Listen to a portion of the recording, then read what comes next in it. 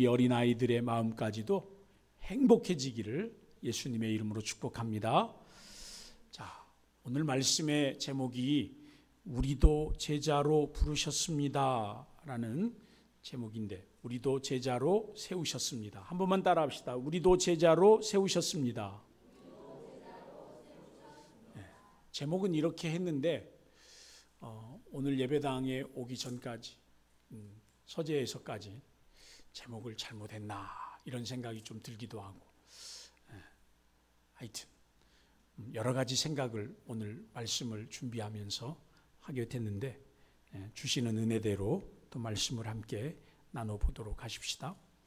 오늘 우리에게 주신 본문의 내용과 동일한 말씀들이 마태복음 10장 1절에서 4절에도 나와 있고요, 또 누가복음 6장 12절에서 16절 말씀에도 이 동일한 내용이 기록이 되고 있습니다. 이 말씀들을 보면 각각의 내용이 동일한 부분도 있지만 또 독특한 내용들도 담고 있거든요. 그래서 세 부분의 서로 부족한 부분들을 보완해 주고 있습니다. 그래서 이 사건을 통해서, 이 본문을 통해서 예수님이 제자들에게, 그리고 초대교회 성도들에게, 또 오늘 이 말씀을 받고 있는 우리에게 전하시고자 하는 그런 분명한 의도가 잘 전달되어 주고 있다고 생각이 듭니다. 그러니까 여러분, 성경을 볼 때 한 본문만 봐서는 안 되고, 동일한 본문이 있다면 비교해서 보는 것이 참 좋습니다. 열왕기 상하만 보지 말고 역대 상하도 함께 비교해서 보면 좋다는 말입니다. 오늘 본문의 사건이 예수님께서 12제자를 부르시고 세우신 이야기이죠. 우리가 본문을 읽지는 않았습니다만 누가복음 6장 12절 말씀을 참고해 보면, 지난 주일 우리가 함께 나누었던 말씀인 예수님께서 안식일에 그 가버나움 회당에 들어가셔서 손 마른 사람을 고치셨잖아요. 어느 손 마른 사람이었죠? 오른손 마른 사람. 그 온전히 회복시켜 주셨던 그 사건 이후에 그날 밤에, 누가복음에서는 그날 밤에 예수님께서 기도하러 산에 올라가셨다라고 기록하고 있습니다.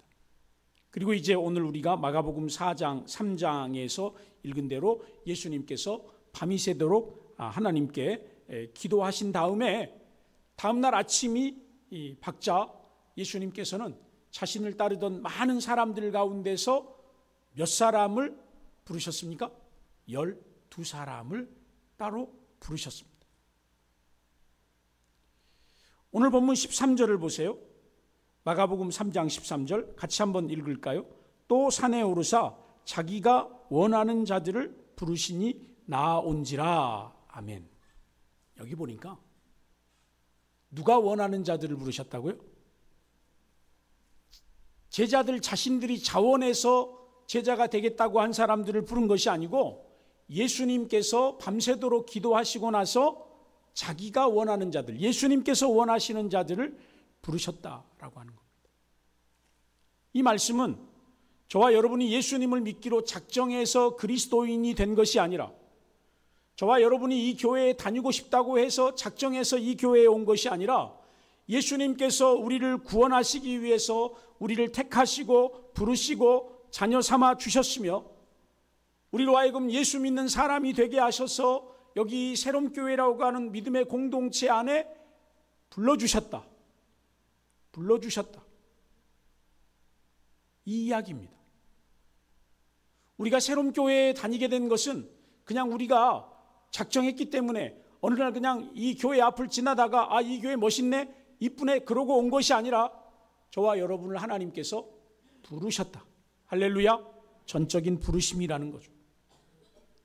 이렇게 어젯밤에 산에 오르셔서 밤이 새도록 하나님 아버지께 기도하신 예수님께서 자기가 원하는 12명의 사람들을 제자로 부르셨다라고 하는 것은, 그들을 부르심이 단순히 어떤 인간적인 친분 때문에 너하고 나하고 친하니까 그렇게 해서 친분을 다지기 위해서 부르신 부르심이 아니라는 겁니다. 그 12를 부르심은 예수님 뜻만이 아니라 예수님께서 밤새도록 기도하셨던 누구요? 하나님. 그 하나님의 뜻이기도 하시다는 것이죠. 그렇다면 여러분, 왜 예수님께서 예수님을 따르는 많은 사람들 가운데서 특별히 이 12사람을 부르시고 세우셨을까요? 마가는 예수님께서 12사람을 제자로 부르신 이유를 오늘 14절과 15절에 분명하게 세 가지로 설명하고 있습니다. 우리 14절, 15절 함께 읽겠습니다. 이에 12를 세우셨으니 이는 자기와 함께 있게 하시고 또 보내사 전도도 하며 귀신을 내쫓는 권능도 가지게 하려 하심이로라. 아멘, 아멘. 여기 세 가지 이유를 발견하셨습니까? 첫 번째는 예수님과 함께 있게 하시려고 그랬습니다. 예수님과 함께 있게 하시려고 12사람을 따로 부르셨다는 거예요. 두 번째로는 보내사, 그들을 보내사 뭐 하기 위해서요? 전도도 하기 위해서 그 12사람을 따로 부르셨어요. 세우셨어요. 마지막 세 번째로 그들을 부르신 이유가 귀신을 내쫓는 권능도 가지게 하시려고. 마태가 기록한 마태복음 10장 1절을 보면 방금 이 마지막 세 번째 부분이 조금 더 구체적으로 기록이 되고 있는데 이렇게 표현되어 있습니다. 예수께서 그의 12제자를 부르사 더러운 귀신을 쫓아내며 모든 병과 모든 약한 것을 고치는 권능을 주시니라 라고 기록하고 있습니다.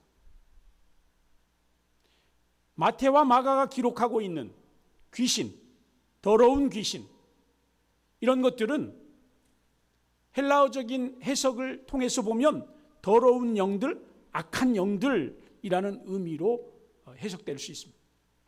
우리는 귀신 그러면 한국 사람들은 하얀 소복이 있고 효진이처럼 머리 길어가지고 드라큘라 이빨 피 쫙 흘리면서 이렇게 내 다리 내놔, 이게 귀신이라고 생각하는데 성경 속의 귀신은 그런 귀신이 아니에요.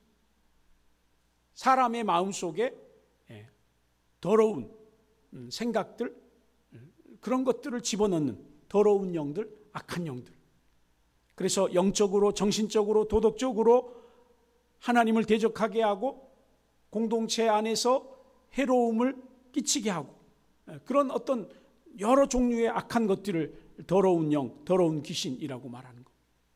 예수님 당시도 마찬가지고 오늘 우리가 살아가는 이 시대에도 더럽고 악한 영들, 귀신들, 마귀, 사탄들이 얼마나 악한 영향력으로 인간의 삶을 망가뜨리고 있는지 몰라요.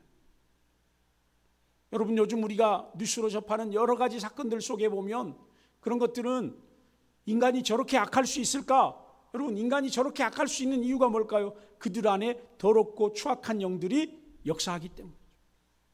술과 마약과 음란과 폭력과 살인과 전쟁, 이 모든 것들이 그냥 인간이 악해서가 아니라 그들 안에, 그들 심령 안에 그들의 생각을 점령하고 있는 더럽고 악한 영들이 있기 때문이죠. 예수님께서 그 더러운 것들을 내쫓으시기 위해서 제자들을 보내기도 하셨다는 거예요. 그렇다면 여러분, 전도는 또 뭡니까? 전도. 예수님께서 전하시던 그 하나님 나라의 복음, 그 복음을 전하는 것이죠. 그 복음의 내용이 뭡니까? 하나님을 떠난 죄인, 우리가 하나님을 떠난 죄인이다 인정하는 것이죠. 그로 인해서 저질렀던 온갖 더러운 죄악들을 하나님 앞에 회개하고 하나님이 보내신 예수님을 구원자로 믿으라는 것이죠. 이게 전도입니다. 그 사람이 이 복음을 듣고 믿든지 안 믿든지는 그 사람 책임이고 우리는 뭐예요? 전하는 책임이 있는 거예요. 당신이 죄인입니다. 당신의 모든 죄를 사함받기 위해서 예수님께서 십자가에 죽으셨습니다. 그 예수님을 믿어야 구원받습니다.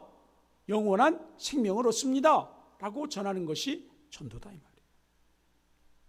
여러분, 이렇게 복음을 전하는 전도의 일과 더러운 귀신, 악한 영들을 쫓아내고 모든 병과 모든 악한 것들을 고치는 권능을 행하는 이 일이 제자로 부름받기만 하면 하루아침에 짠 하고 될 수 있는 일이겠습니까? 그렇지 않죠. 그래서 오늘 우리가 읽은 본문 14절에서 예수님의 제자로 부름을 받은 사람들이 해야 하는 일 중에 가장 중요한 것 첫 번째가 뭡니까? 예수님과 함께 있는 것입니다. 여러분, 예수님과 함께 있는 것은 더 쉬운 말로 말하면 따라합시다. 예수님과 함께 사는 것. 예수님과 함께 사는 거예요. 예수님과 함께 24시간 동행하면서 먹고 자고 그분이 가르쳐 주시는 말씀을 듣고 배우고 묻고 함께 기도하고 함께 전도하고 몸이 병든 사람 있으면 가서 돌보고 고쳐주고 마음이 약한 사람 있으면 위로하고 용기를 주고 이 마을 저 마을로 다니면서 회개하고 복음을 믿으라고 그렇게 복음을 전하는 것, 그것이 바로 예수님과 함께 있는 것이고 예수님과 함께 사는 것입니다. 그렇게 예수님과 함께 있었던, 예수님과 함께 살았던 제자들은 때로는 자신들을 반기지 않는, 환영하지 않는 사마리아와 두로와 시돈과 같은 이방 땅에도 복음을 전해야 했습니다. 때로는 예수님 따라다니면서 풍랑도 만나고 때로는 문전박대도 당하고 배고플 때도 있고 추위에 떨 때도 있었죠. 그러니까 예수님 제자 되기는 쉽다 어렵다? 네, 결코 쉽지 않다. 제가 좋아하는 책 중에 제목만 좋아해요. 제목만. 그 책 제목 중에 이런 책이 있어요. 훈련으로 되는 제자. 훈련으로 되는 제자. 여러분, 제자 그냥 되는 거 아니죠. 군인이 막 그냥 총만 들었다고 군인입니까? 훈련으로 되는 군인, 훈련으로 되는 제자. 여러분, 운동선수들 금메달 한번 따기 위해서, 우승 한번 하기 위해서 얼마나 피 같은 노력을 한 훈련으로 되는 그런 자리. 그렇다면 왜 예수님께서 오늘 아침에 갑자기 예수님을 따르는 그 많은 사람들 중에서 특별히 12제자, 12사람의 이름을 호명하면서 그들을 따로 세우셨을까요? 우리가 생각하는 단순한 그런 이유 말고 성경적인 이유와 근거를 찾아보자는 거죠.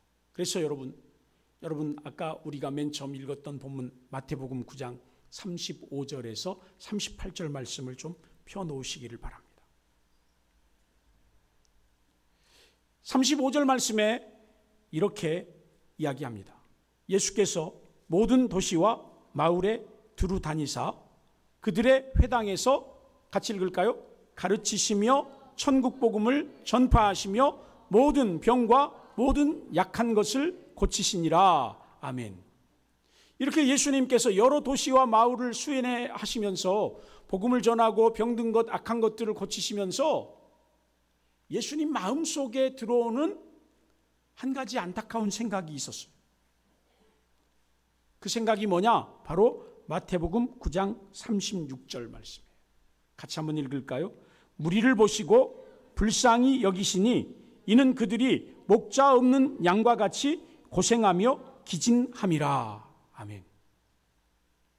여러분, 예수님께서 이 마을 저 마을 심지어 예루살렘까지 올라갔다 내려갔다 돌아보니 예수님이 만난 이스라엘의 많은 사람들이 누구와 같더라? 목자 없는 양과 같더라. 이 말씀이 무슨 의미일까요? 예수님 당시에도 이스라엘에는 자신들이 수많은 그 백성들의 영적인 지도자들이다라고 자처하는 부류의 사람들이 있었습니다. 그렇죠? 여러분도 아마 아실 거예요. 그들은 예루살렘 성전의 업무들을 책임지는 대제사장, 그 아래에서 또 활동하는 종교 지도자들, 또 율법을 가르친다고 하는 바리새인들, 또 율법 학자라고 하는 사람들, 교사들, 그 외에 서기관들, 이런 사람들이 다 자기들이 이스라엘의 영적 지도자라고 생각하지 않았겠습니까? 그리고 각 마을마다 세워진 회당, 그 회당의 책임자였던 회당장들, 그들도 아마 그 마을에서는 영적인 지도자라고 그렇게 자부하던 사람들이었을 겁니다. 그들은 자신들이 이스라엘 백성들에게 말씀을 가르치고 또 예배를 인도하고 또 예루살렘 성전에서는 제사를 집례하는 그런 종교 지도자들이었기 때문에 자신들 스스로 우리는 이스라엘을 대표하는 영적인 지도자들이지 라고 생각할 수 있는 거 아닙니까? 그런데 우리가 계속해서 마가복음 말씀들을 나누면서 우리 마음속에 들었던 생각들, 매주 안식일마다 회당에서 울려 퍼지는 말씀이 백성들의 죄를 깨닫게 하거나 회개를 일으키거나 아니면 은혜를 받게 하거나 감동받아서 삶이 변화되는 그런 말씀이 아니라 그저 공허한 메아리였다라고 하는 거죠. 고단한 삶의 무거운 어깨 위에 바위덩이만한 짐 몇 개를 더 얹어주는 그런 부담감뿐이 없다는 거죠. 그곳에서 치유도 없고 회복도 없고 위로도 얻을 수가 없었어요. 그럼 예루살렘 성전은 어땠을까요? 6월절 명절을 맞이해서 이스라엘 온 지역에서 성전으로 제사를 드리러 올라오는 백성들이 있었습니다. 백성들이 예배를 드리러 제사를 드리러 올라가면 거기에는 자기 동네의 회당에서 권위를 내세우던 그 참 불량한 영적 지도자들은 상대도 안 되는 거대한 기득권들이 겹겹이 진을 치고 있습니다. 제물을 드리기 위해서 제물을 가지고 올라왔는데 성전 앞에서 빠꾸를 맞은 거예요. 이건 안 된다는 거죠. 흠이 있다는 거예요. 상처가 났다는 거예요. 먼 거리에서부터 왔기 때문에 탈진이 나서 이건 도저히 제물로 바칠 수 없다는 거예요. 이건 안 되고 자기들이 파는 제물 그거 헐값이 아니고 아주 비싼 값에 사야 된다고. 아니 성전에 바치는 헌금은 성전에서만 사용하는 돈으로 바꿔야 돼서 그래서 일반인들이 쓰는 돈은 환전을 해야 되는데 환전세가 얼마나 비싼지 연약한 백성들의 호주머니를 털털 털어버리는 거죠. 성전의 여기저기에 요직을 담당하고 있는 사람들 그들은 다 대제사장들에게 돈을 주고 줄을 댄 사람들입니다. 그들은 자신들이 있는 그 자리가 다 무소불위의 권력이라고 생각했어요. 권세라고 생각했어요. 그래서 어떻게 하면 제사 드리러 오는 백성들을 속여서 부당한 이득을 취해볼까? 이게 소위 말하면 칼만 안 들었지 완전 날강도 들인 거예요. 그런 모습을 예수님께서 보신 거예요. 그러면서 말씀하시기를 그들은 양을 기르는 목자가 아니라 양을 보호하는 목자가 아니라 양을 잡아먹는 싹군들이다. 그러니까 우리 예수님께서 그런 상황들을 보시니 백성들이 얼마나 불쌍하게 보였겠습니까? 그래서 36절 말씀 다시 한번 읽어볼까요? 무리를 보시고 불쌍히 여기시니 이는 그들이 목자 없는 양과 같이 고생하며 기진함이라. 백성들이 그런 상황이라는 거예요. 그리고 나서는 예수님께서 37절 38절에 제자들에게 이런 말씀을 하십니다. 자, 37절 38절 같이 한번 읽어볼까요? 이에 제자들에게 이르시되 추수할 것은 많되 일꾼이 적으니 그러므로 추수하는 주인에게 청하여 추수할 일꾼들을 보내주소서 하라 하시니라. 아멘. 예수님께서 기진하고 고생하고 있는 이스라엘 백성들, 진짜 생수의 말씀을 듣지 못해서 고통 가운데 있는 그들을 보시면서 제자들에게 말씀하시는 거예요. 얘들아, 천국 복음을 들어야 할 사람들과 악한 영에 시달리며 고통스러운 질병에 허덕이는 사람들은 너무 많은데 나 혼자서 이 복음 전하는 일을 감당하기가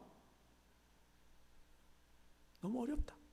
그러니까 복음을 전하기 위해서 방문해야 할 도시와 마을들이 너무 많은데 복음을 전할 일꾼들이 부족하다. 그러니 나와 같은 간절한 마음으로 복음을 전하고 악한 영들을 쫓아내고 병을 고칠 복음의 일꾼들을 보내달라고 하나님 아버지께 기도하자라고 하는 내용이 37절과 38절의 말씀입니다. 그런 절박한 마음을 가지신 예수님께서 지난밤에 산에 오르셔서 밤새도록 기도하신 것입니다.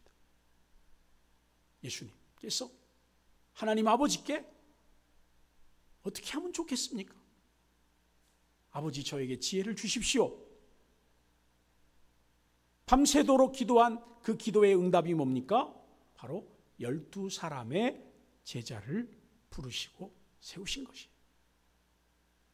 그렇다면 오늘 이 본문의 말씀을 하나님이 우리에게 주신 말씀으로 받고 있는 오늘 우리에게 이 말씀은 어떤 의미일까라고 하는 거죠.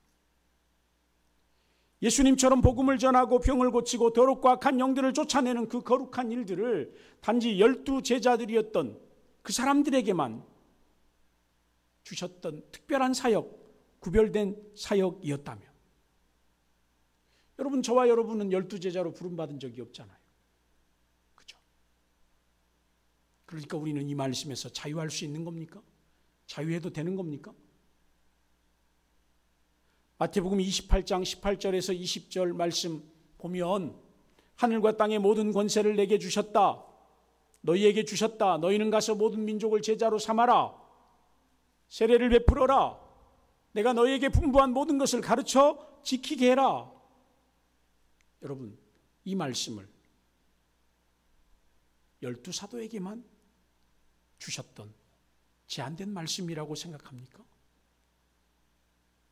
사도행전 2장 8절 말씀에 오직 성령이 너희에게 임하시면 너희가 권능을 받고 예루살렘과 온 유대와 사마리아와 땅끝까지 이르러서 뭐가 되리라? 내 증인이 되리라 하셨는데, 이 말씀이 그저 그 12사람의 제자들에게만 주신 말씀이냐 이 말이에요. 아니, 그러면 12사람에게만 성령을 부어주셨냐 이 말이죠. 그렇지 않죠.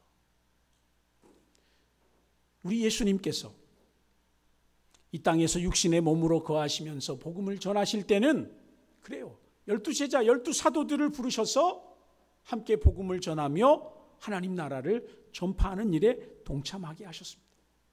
그러나 예수님께서 십자가에 죽으시고 나서 부활하신 후에 저 하나님 보좌 우편으로 올라가신 후부터는 이제 하나님 나라의 복음을 전하는 일과 예수님의 이름으로 병 고치고 치유하는 그 회복의 역사들을 더 이상 12사도들에게만 특별한 사역으로 묶어두시지 않았다는 것을 우리가 압니다. 하나님 아버지께서는 예수님을 구주로 믿는 모든 성도들에게 무엇을 부어주셨습니까? 성령을 부어주셨습니다. 저와 여러분도 동일합니다. 그 성령의 충만함을 받은 이 땅의 모든 성도들이 하나님 나라의 복음을 들고 땅끝까지 나아가서 복음을 전하고 병을 고치고 악한 영들을 내쫓는 그런 거룩한 복음의 사역에 동참하도록 하셨습니다. 그래서 사도행전 2장에 마가의 다락방에 몇 명이 모였대요? 120명이 모였잖아요. 근데 그 120명 가운데 12명은 뭐예요? 제자죠, 제자. 그들이 날마다 모여서 기도할 때 드디어 성령이 임하셨는데, 여러분, 몇 명에게 성령이 임하셨죠? 120명에게 임했을까요? 12명에게만 임했을까요? 120명 모두에게 임했잖아요. 예수님께서 말씀하셨어요. 너희가 기도하면 성령 받을 것이다. 너희가 성령 받아서 뭐가 되라? 온 유대와 사마리아 땅끝까지 이르러 내 증인이 되라. 여러분은 성령 받으셨습니까? 저와 여러분이 성령 받았습니다. 우리는 언제 성령 받았습니까? 예수 그리스도를 구주로 믿고 예수님이 나의 구원자이십니다라고 고백하며 세례 받을 때, 고백할 때, 이미 성령께서 우리 안에 오셨죠. 마찬가지죠. 우리 모두가 하나님을 아버지로, 예수님을 구주로 믿을 때, 세례 받을 때, 기도할 때, 말씀 들을 때 성령님은 오늘도 저와 여러분 가운데 임하십니다. 그러니까 여러분, 성령님이 우리 안에 계시지 않고는 절대로 불가능한 일이 뭐예요? 바로 복음을 전하는 전도의 일이에요. 그렇다면 여러분, 오늘 우리가 집중해야 할 부분, 놓치지 말아야 할 부분이 뭐가 있을까요? 바로 예수님께서 12 제자를 사도로 부르셨던 그때의 그 시대적인 종교적인 상황들을 보시면서 예수님께서 안타까워하셨던 그 마음이에요. 그 마음. 오늘 36절, 마태복음 10장 36절의 마음, 무리를 보고 불쌍히 여기시는 그 마음, 저 사람들을 보고 목자 없는 양같이 저들이 기진하고 고생하고 있는 그들을 바라보는 마음이에요. 우리는 그 예수님의 마음을 뭐라고 그랬어요? 스플랑크 리조마이, 애통하는 마음, 긍휼히 여기는 마음, 불쌍히 여기는 마음이라고 그랬죠. 여러분, 누가 제자가 될 수 있습니까? 누가 복음을 전할 수 있습니까? 누가 예수 믿으라고 전도할 수 있습니까? 그것은 바로 오늘 우리가 살아가는 이 시대를 보면서, 우리와 함께 살아가고 있는 다음 세대 저 어린 아이들을 보면서, 청년들을 보면서, 청소년들을 보면서 진짜 복음이 없어서, 진짜 예수를 만나지 못해서 여전히 세상의 향락과 죄악의 유혹을 거침없이 받아들이고 있는 저 아이들을 보면서 안타까운 마음으로 예수님의 마음을 가질 때, 그때 우리가 그들에게 복음을 전하고 싶은 거죠. 여러분, 구원의 감격과 성령의 충만함을 상실하고 다시금 재물의 유혹에 빠지고 세상의 명예와 자랑이 마치 하나님이 주신 복을 받은 것이라고 착각하면서 만족하면서 살아가고 있는 아니란 우리 기성세대. 그래서 주일날 예배는 오지만 마음은 예수님과 멀어지고 있는 우리 세대, 그 안타까운 마음으로 바라보아야죠. 그래서 예수를 잃어버리고 낙심하고 있는 그들에게, 세상 향락에 빠져 있는 그들에게, 오늘도 예배의 자리가 아닌 다른 자리에 있는 그들에게 예수님의 심정을 가지고 복음을 전해야 되는 겁니다.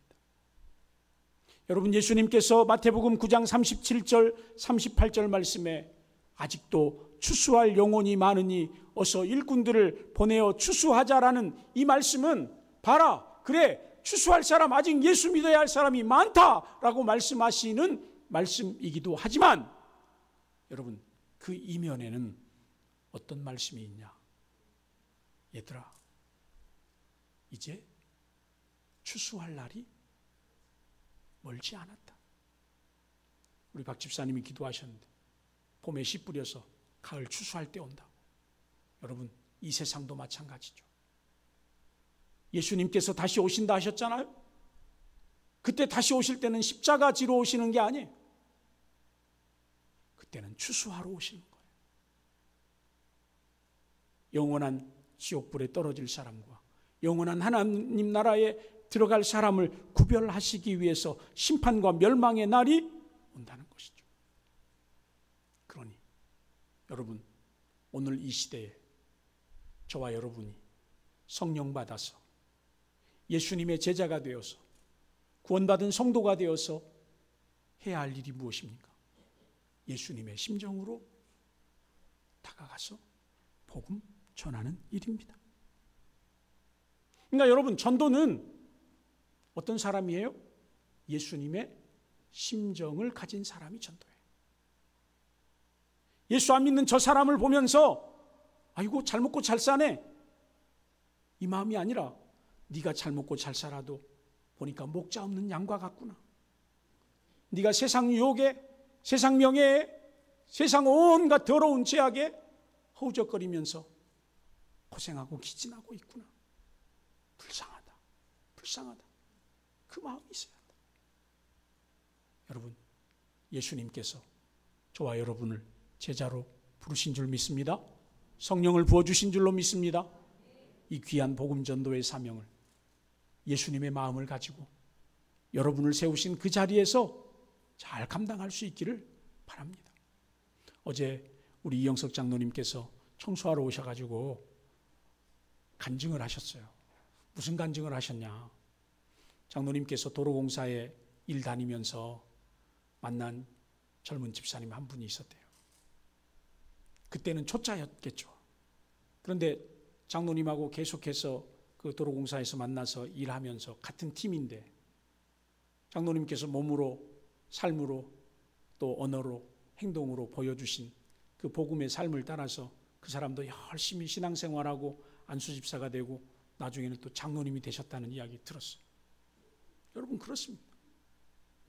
우리가 한 사람 전도하기가 쉽지 않죠. 한 사람 정말 예수 믿는 사람으로 훈련하기가 쉽지 않죠. 그런데요, 내 삶의 자리에서 삶으로, 마음으로, 행동으로 보여주는 겁니다. 전도하는 겁니다. 그것이 저와 여러분 그 삶을 살아가시길 예수님 이름으로 축원합니다. 함께 우리 찬송 부르십시다. 498장입니다.